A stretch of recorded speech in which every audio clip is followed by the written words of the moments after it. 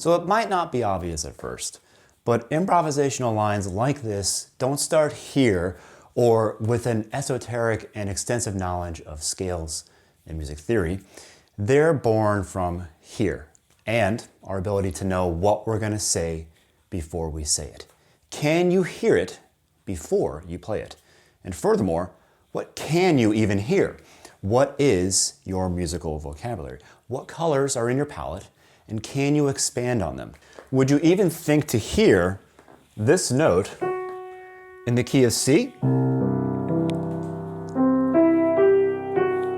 Well, today we're kicking off a new series dedicated to doing just that, ear training for improvisation.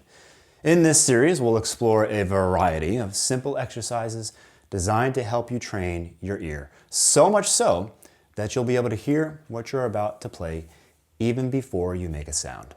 If you're new to mDecks Music, we create music books and apps, piano arrangements, and we discuss improvisation, songwriting, and sometimes we take music theory to strange and uncharted places. So subscribe and hit the bell, and join us for exclusive access to our ever-expanding library of music resources.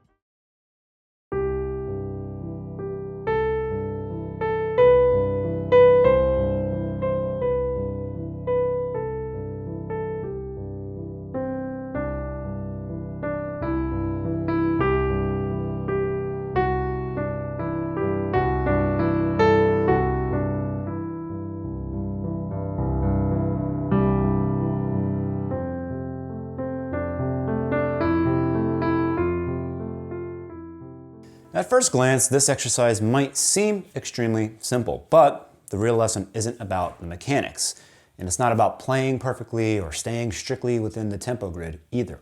Instead, it's about tuning into the sounds with your brain and understanding your thought process as you play each note. In fact, mastering this internal dialogue is one of the most challenging aspects of improvisation. However, if you can get this right, you'll elevate your musical expression to a whole new level. And yes, you have to play this in every key. It's essential to think of your notes functionally. A note like D isn't just a D. It changes its role depending on the chord that you're playing it over. For instance, over a C major 7 chord, D functions as the 9th. Over a B flat major 7, it serves as the 3rd. Over an A flat major 7, it becomes the sharp 11.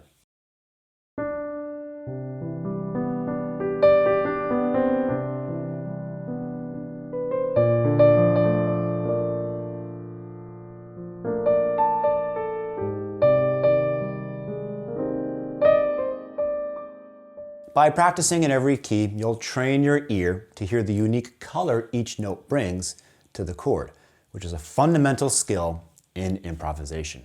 Also, while you're playing this exercise, keep these key concepts in mind. First, remember that a major 7 chord is constructed by stacking thirds to form its basic chord tones: the root, the 3rd, the 5th, and the 7th. These are the essential notes that define the chord. Next, if you continue stacking thirds using notes from the corresponding major scale, you add extra layers to the sound, resulting in the 9th, the 11th, and the 13th. These added tones are known as tensions and help bring extra color to your chord. However, be cautious with the natural 11 in major 7 chords. The natural 11 is typically considered an avoid note because it creates a minor 2nd or a flat 9 interval with the 3rd of the chord.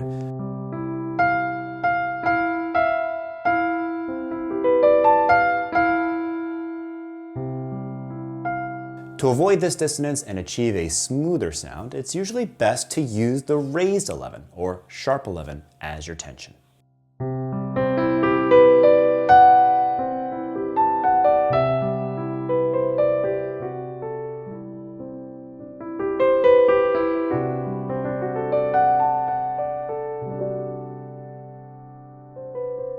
Now, in many contexts, a major 7 chord can be interchanged with a major 6 chord because they share much of the same tonal material.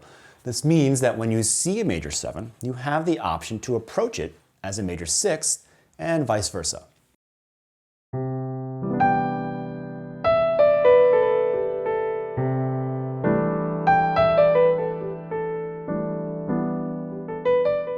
You can view the sixth degree in two ways: as a chord tone when it contributes to a major 6 sound, or as a tension, specifically the 13th, in a major 7 context.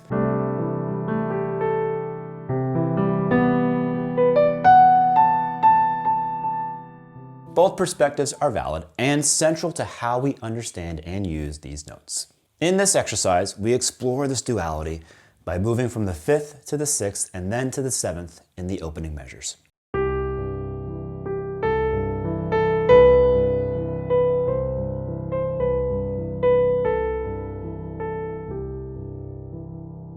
This progression allows you to hear these notes functioning clearly as chord tones. For instance, when you play the 6th in isolation, you're producing the sound of a C6 chord.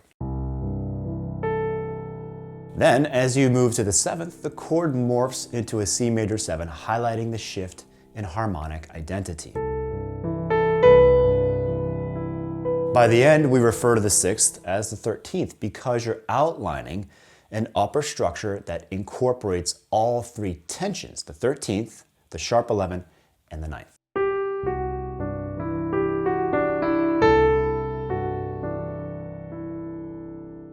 With your left hand, focus on playing the root, the 3rd, and the 5th of the chord, which forms a simple major triad and provides a solid harmonic foundation.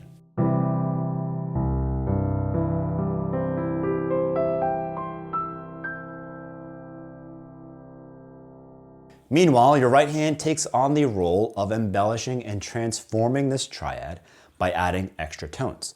This approach allows your right hand to morph the basic structure into various versions of a major 7 chord.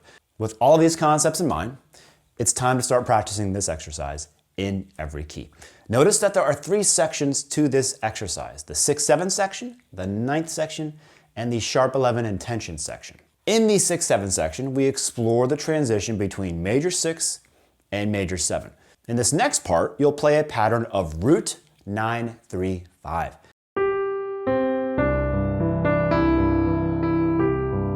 This sequence emphasizes the color and harmonic lift that the 9th adds to the chord, reinforcing its functional role.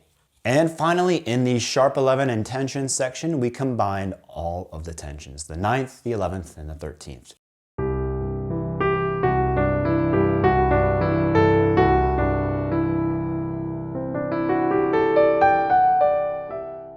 In this section, you'll play these tensions together, ultimately forming an upper structure based solely on these notes.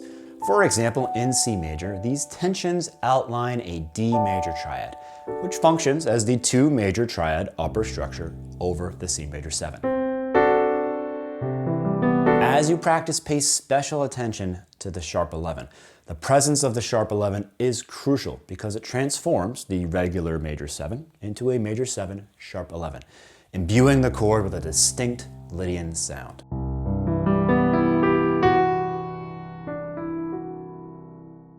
Your final challenge with this should be to sight sing the right hand part through the entire exercise while playing the left hand part. Being able to do this really enforces the idea of hearing what you're going to play before you play it. And definitely be mindful of the tensions as you sing them. When working on this exercise, it's also highly beneficial to simply just listen. For this reason, we're providing the complete version so you can practice ear training without the need to play along. And after that, we'll include a track of just the left hand part so you can practice singing the exercise as well. Additionally, all of our members will receive a detailed PDF with today's lesson. And if you're not ready to become a member just yet, remember that you can still access the PDF through the link in the description on any of our videos.